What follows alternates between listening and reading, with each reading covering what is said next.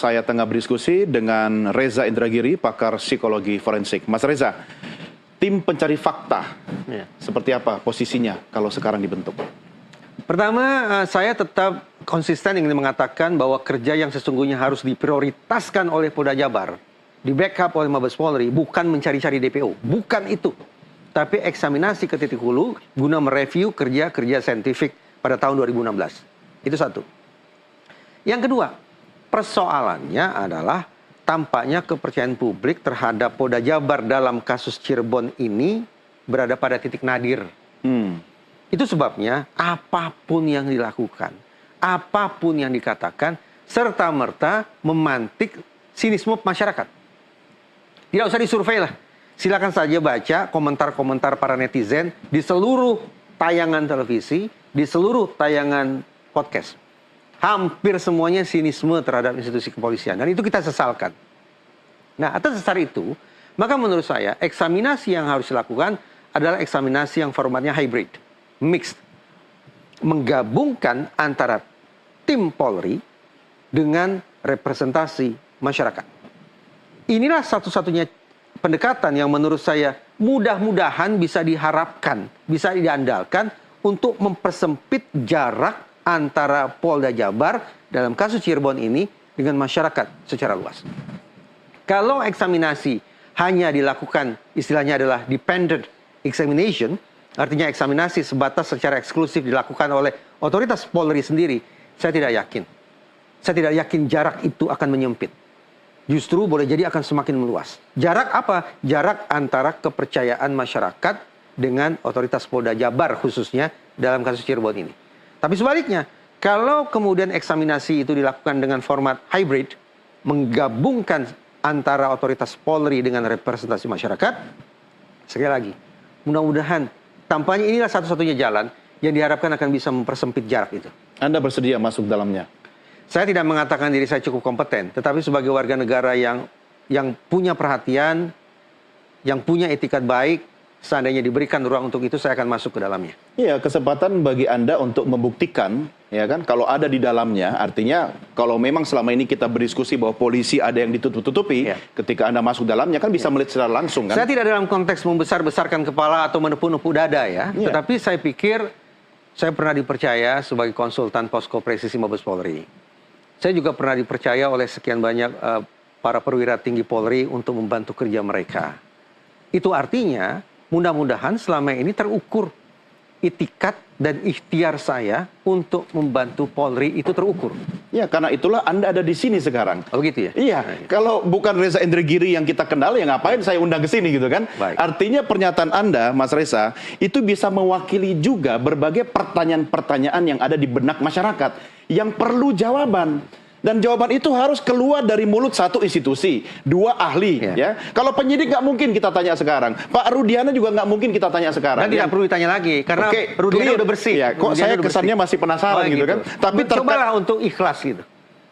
Saya mungkin ikhlas ya, tetapi bagaimana dengan keluarga korban? Salah satu keluarga korban yaitu Eki juga Pak Rudiana. Saya belum pernah dengar statementnya secara langsung terkait kasus ini. Kira-kira dikunci atau diapain itu? Tidaklah. Untuk apa dikunci? Orang yang ini bersih, bukan konotasi negatif ya, tidak ya? Personil Polri yang dinilai tidak melanggar etik apapun, untuk apa dikunci? Nah, kenapa tidak statement dong? Silakan tanya saja kepada yang bersangkutan. Nah, saya tidak bermaksud juga mendramatisasi ya, tetapi ini sungguh-sungguh saya sampaikan ke posko Mabes Polri, posko presisi Mabes Polri, pada awal-awal terkuaknya kegemparan terkait kasus Cirebon. Dalam salah satu WhatsApp saya ke petinggi posko presisi Mabes Polri, saya tulis, saya bersumpah. Coba, saya sampai begitu. Belum pernah saya seumur umur sampai mengeluarkan kalimat seperti ini. Saya bersumpah. Kalau Polri secara sungguh-sungguh melakukan eksaminasi ke titik hulu, guna mereview kerja saintifik mereka, lalu menyampaikan hasilnya kepada publik dan menindaklanjutinya sesuai dengan temuan, saya bersumpah saya akan jadi orang pertama yang akan memberikan apresiasi untuk institusi Polri. Anda saja sampai bersumpah. Berarti namun sampai hari ini, saya belum bisa menepati sumpah saya itu. Ya, karena belum terrealisasi apa yang menjadi ekspektasi saya. Justru sebaliknya. Jangan-jangan Anda berani bersumpah karena Anda yakin tidak akan pernah terrealisasi. Oh tidak, karena justru saya sebetulnya yakin bahwa pertama, Polri sendiri yang mengklaim bahwa di dalam organisasi mereka itu sangat banyak personil Polri yang baik, yang profesional, yang bertanggung jawab dan seterusnya. Ya, yang jelek itu oknum. Oknum, sehingga tidak ada persoalan, tidak ada kesulitan semestinya untuk meminta pertanggungjawaban para oknum. Satu, karena jumlah mereka sangat kecil. Kalau kita asumsikan mereka jumlahnya kecil. Yang kedua, Polri juga yang berulang kali meyakinkan masyarakat bahwa kami mengungkap kasus dengan pendekatan saintifik. Itu kata Polri sendiri. Nah, silakan review berarti. Konsekuen saja, lakukan review untuk menakar, saya ulangi sekian kali ini, takar ulang, review kerja saintifik mereka dalam kasus Cirebon. Ya, kalau mengutip statement Kapolri yang tadi Anda katakan, ya soal bagaimana direview secara saintifik, bukankah itu sebenarnya pernyataan Kapolri yang dengan bahasa obrolan warung mengatakan bahwa anak buah gue sebenarnya nggak kompeten ini pada waktu kasus ini gitu. Jadi ini buka borok sendiri nih, sementara Kadif Humasnya berkata profesional, kehati-hatian, dan tidak ada kepentingan tertentu. Ya. Simpulan, memang di samping kerja-kerja penegakan hukum, mengurai kembali benang kusut kasus pidana ini, komunikasi Polri, baik itu ke publik maupun sesama mereka sendiri, harus betul-betul dibenahi. Ya. Kalau tidak, dari hari ke hari, tampaknya kepercayaan kita akan kian terdegradasi. Ya, harusnya ada upaya komunikasi krisis, yang terjadi malah makin krisis ya. Kadang-kadang muncul ekspresi-ekspresi barangkali untuk mencairkan suasana, tetapi tidak begitu pada tempatnya. Yang tempo-tempo saya lihat ditampilkan oleh teman-teman di Humas. Nah, mudah-mudahan itu juga bisa menjadi koreksi. Untuk menunjukkan bahwa ya kita sungguh-sungguh. Kita punya keseriusan untuk menguraikan benang kusut ke belakang dan memastikan jalan ke depan lempeng daripada yang kemudian banyak diperguncingkan oleh masyarakat. Ya, ada waktu kurang lebih 1 minggu sampai tanggal 1 Juli 2024. Dalam beberapa hari bisa saja ada hal-hal yang terjadi.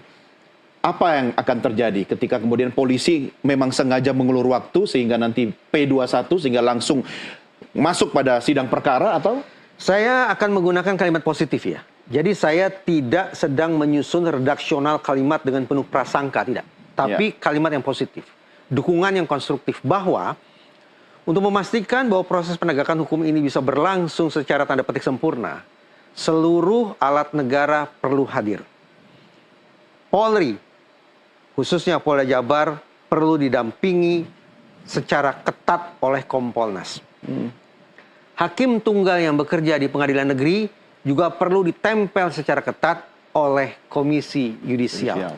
Dengan kehadiran komisi-komisi semacam itu, mudah-mudahan seluruh lembaga penegakan hukum ini akan bisa bekerja secara prosedural, proporsional, dan profesional. Plus, ini perkataan Kapolri yang luar biasa, memenuhi rasa keadilan. Luar biasa loh ini. Ini beyond bahasa-bahasa normatif, memenuhi rasa keadilan. Artinya, sungguh-sungguh merupakan kewajiban yang tak bisa dielakkan oleh seluruh personil Polri, terutama di Polda Jabar dalam kasus ini, adalah membaca ekspektasi masyarakat, membaca dahaga para terpidana dan keluarga mereka akan keadilan. Kan gampang saja kalau Kapolri tinggal perintahkan anak buahnya. Kenapa harus statement keluar seperti itu? Bagian dari strategi komunikasi krisis kah? Kadang begini, menjelang akhir, kepaduan itu agak berkurang. Sudah mulai... kekompakan itu mulai agak berkurang. Ketika ada tanda-tanda gerbong mulai berjalan, penumpang seolah sibuk mencari kursinya masing-masing. Mudah-mudahan ini ilustrasi fiktif belaka yang tidak akan menjadi kenyataan. Kita sedang tidak membahas Titanic yang karam itu kan. Kemudian semua orang berlompatan seolah-olah berlarian. SDM kan selamatkan diri masing-masing. Mudah-mudahan tidak begitu kan. Akhirnya Kapolrinya pun juga ditinggalkan begitu. Menjadi kesepian. Tapi mudah-mudahan ini hanya sebuah ilustrasi fiktif belaka. Imajinasi yang tidak akan pernah menjadi kenyataan. Saya curiga kita, termasuk masyarakat, dibiarkan memiliki nalar dan ilustrasi fiktif itu sampai batas waktu kita marahnya hilang, capek, kemudian akhirnya jadi apatis begitu. Berdasarkan riset, kalau apatisme masyarakat terhadap institusi kepolisian tak lagi terbendung, akan ada 2 manifestasinya. Pertama, masyarakat akan enggan bekerja sama dengan institusi kepolisian dalam kerja-kerja pengamanan masyarakat. Siskamling tidak tertarik, melapor tidak tertarik, telepon 112 tidak tertarik, dan seterusnya dan seterusnya. Dan yang kedua, animo untuk menjadi personil polisi pun akan anjlok. Nah, kita berhitung dengan waktu. Mudah-mudahan di sisa-sisa waktu terkait Sampai dengan 1 pra-peradilan Juli, ya. terkait pra-peradilan, apatisme itu tidak akan bergelombang semakin lama semakin besar. Oke, saya harus mengakhiri diskusi kita dengan satu pertanyaan Ya. yang tidak boleh dijawab dengan jawaban diplomatis. Wah, Masihkah polisi bisa dipercaya sekarang ini? persoalannya kepercayaan terhadap institusi kepolisian itu tidak hitam atau putih. Lagi-lagi, kita mau percaya pada aspek yang mana? Kalau terkait dengan misalnya, apakah saya bahagia dengan kualitas layanan teman-teman di Korlantas terkait dengan pengamanan, penertiban, kelancaran lalu lintas? Cukup puas. Ya.